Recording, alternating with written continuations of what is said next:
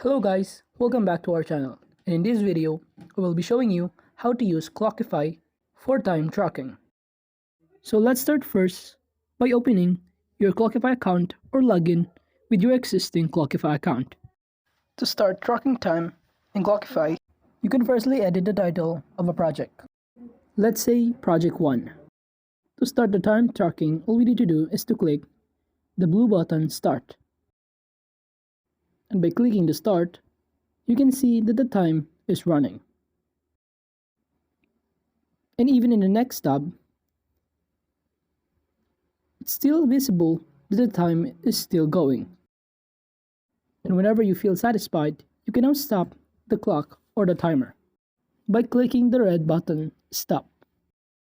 And after stopping the time tracking, you can now see the list of the project that has been time tracked. And by clicking the three dots on the right side, it will allow you to duplicate or delete the project that has been time tracked.